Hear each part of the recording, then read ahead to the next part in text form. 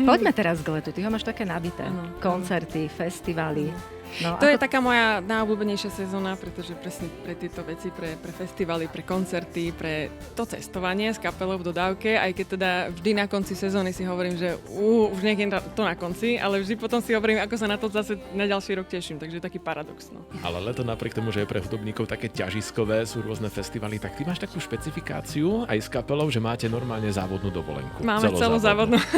Vždy si to tak dáme na 10 dní, každý sa tak akoby rozprchne niekam do sveta a zase sa vrátime taký oddychnutý. To je ako, naozaj to je taká naša povinná jazda, že to musíme mať v kapele. Psychohygiena. Tak.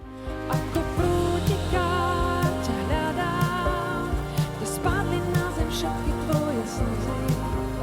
Som prútika, čo padá do tmavej studne niekde v tvojej duši. Dajme si rýchle rané rozhodnutie. Teda, prečo by si sa rýchlo rozhodla, aj keď toto neviem, či bude rýchle gitara alebo štetec? Štetec. Písanie textu alebo skladanie hudby? Písanie textu.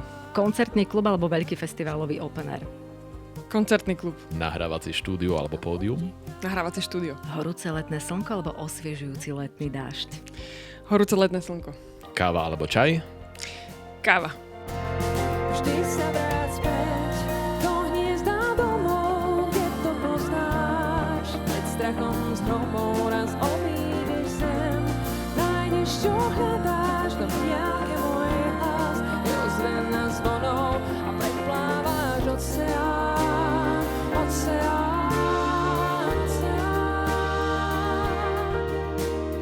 oceán, oceán, oceán.